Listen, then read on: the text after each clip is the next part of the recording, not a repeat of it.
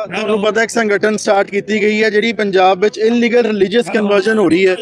ਉਹ illegal religious conversion ਨੂੰ ਰੋਕਣ ਵਾਸਤੇ ਅਸੀਂ ਸੰਸਥਾ ਸਟਾਰਟ ਕੀਤੀ ਹੈ ਜਿਹਦਾ ਨਾਮ ਪੰਜਾਬ ਬਚਾਓ ਮੋਰਚਾ ਹੈ। ਜਿਹੜੇ ਧਰਮ ਦੇ ਨਾਮ ਤੇ ਪਖੰਡ ਕੀਤਾ ਜਾ ਰਿਹਾ ਹੈ, ਲੋਕਾਂ ਨੂੰ ਐਂਟਾਈਸ ਲਿਓਰ ਕਰਕੇ ਜਿਹੜਾ ਉਹਨਾਂ ਦਾ ਧਰਮ ਬਦਲਿਆ ਜਾ ਰਿਹਾ ਹੈ, ਉਹਦੇ ਅਗੇਂਸਟ ਅਸੀਂ ਇਹ ਸੰਸਥਾ ਸਟਾਰਟ ਕੀਤੀ ਹੈ। ਸਾਡੇ ਸਮਰਥਨ ਵਿੱਚ ਅੱਜ ਬਹੁਤ ਆਈਆਂ। ਉਹ ਕਹਿੰਦੇ ਜਿਹੜਾ ਤੁਹਾਡੇ ਪੰਜਾਬ ਦੇ ਵਿੱਚ ਹੋ ਰਿਹਾ ਬਹੁਤ ਵੱਡੀ ਪੱਧਰ ਤੇ ਪਖੰਡ ਹੋ ਰਿਹਾ, ਜਿਹੜਾ ਇਹ ਲੋਕਾਂ ਨੂੰ ਆਪਣੇ ਪਾਸੇ ਨੂੰ ਲੈ ਕੇ ਜਾ ਰਹੇ ਨੇਗੇ। ਇਹ ਜਿਹੜੇ ਜਾਲੀ ਪਾਸਟਰ ਅੰਕਨ ਦੂਲੇ ਵਰਗੇ, ਇੱਥੇ ਮੈਂ 2-3 ਉਹ ਵੀ ਬੁਲਾਏ ਹੋਏ ਨੇ ਜਿਨ੍ਹਾਂ ਨੇ ਠੱਗਿਆ ਹੋਇਆ ਇਹਨਾਂ ਨੂੰ, ਮੈਂ ਉਹ ਵੀ ਬੁਲਾਏ ਨੇ, ਸ਼ਾਇਦ ਆ ਜਾਣ। ਮੇਰੇ ਕੋਲੇ ਘਰੇ ਆਏ ਸੀਗੇ ਮੇਰਾ ਜਿਹੜੇ ਪਾਸਟਰ ਕਹਿੰਦੇ ਨੇ ਮੈਂ ਇਲਾਜ ਕਰਦਾ, ਮੈਂ ਕਹਿੰਦਾ ਮੈਂ ਕੈਂਸਰ ਵਾਲੇ ਬੰਦੇ ਲਿਆ ਕੇ ਰੱਖਦਾ। ਜਿਹੜਾ ਇਹ ਕਹਿੰਦੇ ਅਸੀਂ ਹੱਥ ਲਾ ਕੇ ਇਲਾਜ ਕਰ ਦਿੰਦੇ ਆ, ਮੈਂ ਲਿਆ ਕੇ ਬਿਠਾਉਣਾ ਮੂਹਰੇ ਮਰੀਜ਼ ਕੈਂਸਰ ਦੇ ਇਲਾਜ ਕਰਕੇ ਦਿਖਾਉਣ। ਇਹ ਜਿਹੜਾ ਪਖੰਡ ਐਡਾ ਵੱਡਾ ਲੋਕਾਂ ਨੂੰ ਸਾਡਾ ਮਜ਼ਦੂਰ ਭਾਈਚਾਰੇ ਨੂੰ ਗਮਰਾਹ ਕਰਕੇ ਆਪਣੇ ਵੱਲ ਲੈ ਕੇ ਜਾ ਰਹੇ ਨੇ। ਇਹ ਜਿਹੜਾ ਅੰਕੁਰ ਨਰੂਲਾ ਸਿਰ ਦਾ ਠੱਗ ਤੇ ਫਰਾਡ ਬੰਦਾ ਸਾਡੇ ਏਰੀਏ ਦੇ ਵਿੱਚ ਆ ਕੇ ਦਿਖਾਵੇ। ਸਾਡੇ ਬਰਨਾਲੇ ਆਇਆ ਸੀਗਾ, ਮੁੜ ਕੇ ਉੱਥੇ ਆਇਆ ਸਾਡੇ ਬਰਨਾਲੇ ਕਹਿੰਦਾ ସମସ୍ତଙ୍କୁ ପ୍ରଭୁ ଯୀଶୁଖ୍ରୀଷ୍ଟଙ୍କର ମଧୁମୟ ନାମରେ ମୋର ଆନ୍ତରିକ ନମସ୍କାର।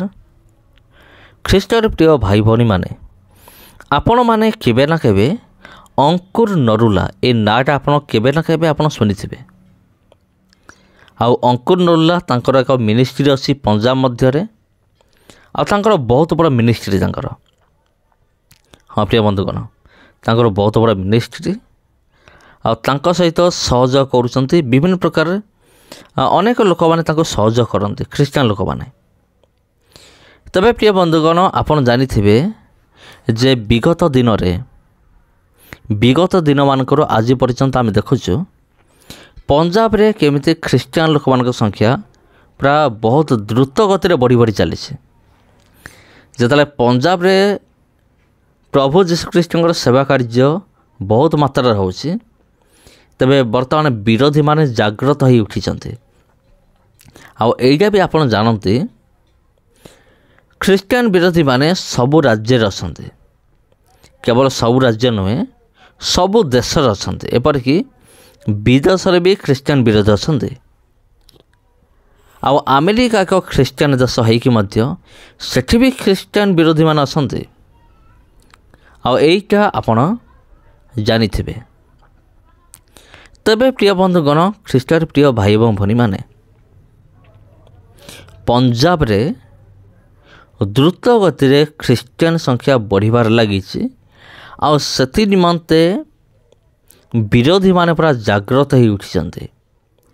ଆଉ ପଞ୍ଜାବରେ କାମ କରୁଛନ୍ତି ଗୋଟେ ଗ୍ରୁପ୍ ହେଉଛି ନିହଙ୍ଗା ଗ୍ରୁପ୍। ଯେମିତି ଆମର ଓଡ଼ିଶାରେ ଛତିଶଗଡ଼ରେ ଯେମିତି ଅଛନ୍ତି ବଜରଙ୍ଗ ଦଳ, RSS ଦଳ, ସେଠି ବି ଅଛନ୍ତି ବଜରଙ୍ଗ ଦଳ। ଆଉ ଗୋଟେ ମଧ୍ୟ ଗ୍ରୁପ୍ ଅଛି ଯାହାକୁ ନିହଙ୍ଗା ବୋଲି କୁହାଯାଏ। ଆଉ ସେମାନେ ପଗଡ଼ି ପିନ୍ଧିଥିବେ, ତାଙ୍କର ୟୁନିଫର୍ମ ଅଛି, ଆଉ ସେମାନେ ଲାଠି ଏବଂ ତଲୱାର ଧରିକି ସେମାନେ ବାହାରିବେ ଆକ୍ରମଣ କରିବା ପାଇଁ।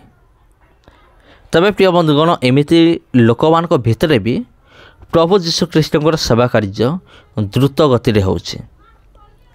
ତେବେ ପ୍ରିୟ ବନ୍ଧୁଗଣ, ଏଠି ଯେଉଁ ବିରୋଧୀମାନେ ଅଛନ୍ତି,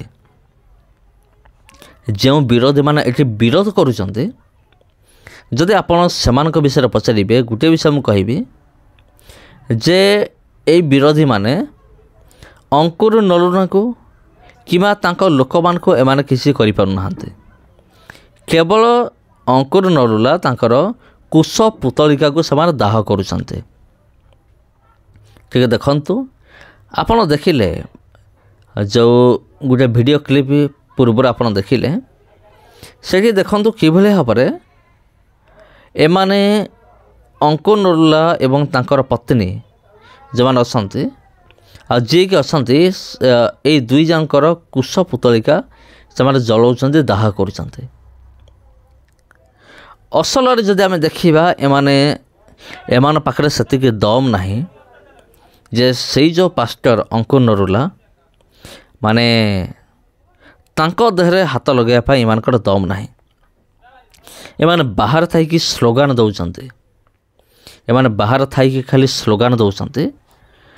ଆଉ ଯେ ଏମିତି ହେଉଛି, ଧର୍ମ ପରିବର୍ତ୍ତନ ହେଉଛି, ଲୋକମାନେ ସବୁ ଖ୍ରୀଷ୍ଟିଆନ ହେଇଯାଉଛନ୍ତି, ମାନେ ବଡ଼ ବଡ଼ ଭାଷଣ ମାରୁଛନ୍ତି, କେବଳ ବାହାରେ ମାରୁଛନ୍ତି। ଆକ୍ଚୁଆଲି ଆପଣ ଯଦି ଦେଖିବେ ଆଉ ଏମାନଙ୍କର ସେତିକି ଦମ୍ ନାହିଁ କି ଔକାତ ନାହିଁ। ଏମାନେ କ'ଣ କରିଦେବେ, ମାନେ ପାସ୍ତର ଯାଇକି ଟଚ୍ କରିବେ। ଆଉ ଯେଉଁଦିନ ଏମାନେ ଅଙ୍କୁର ନରୁଲାଙ୍କୁ ଟଚ୍ କରିବେ ସେଦିନ ଏତେ ବଡ଼ ହଙ୍ଗାମା ହେବ।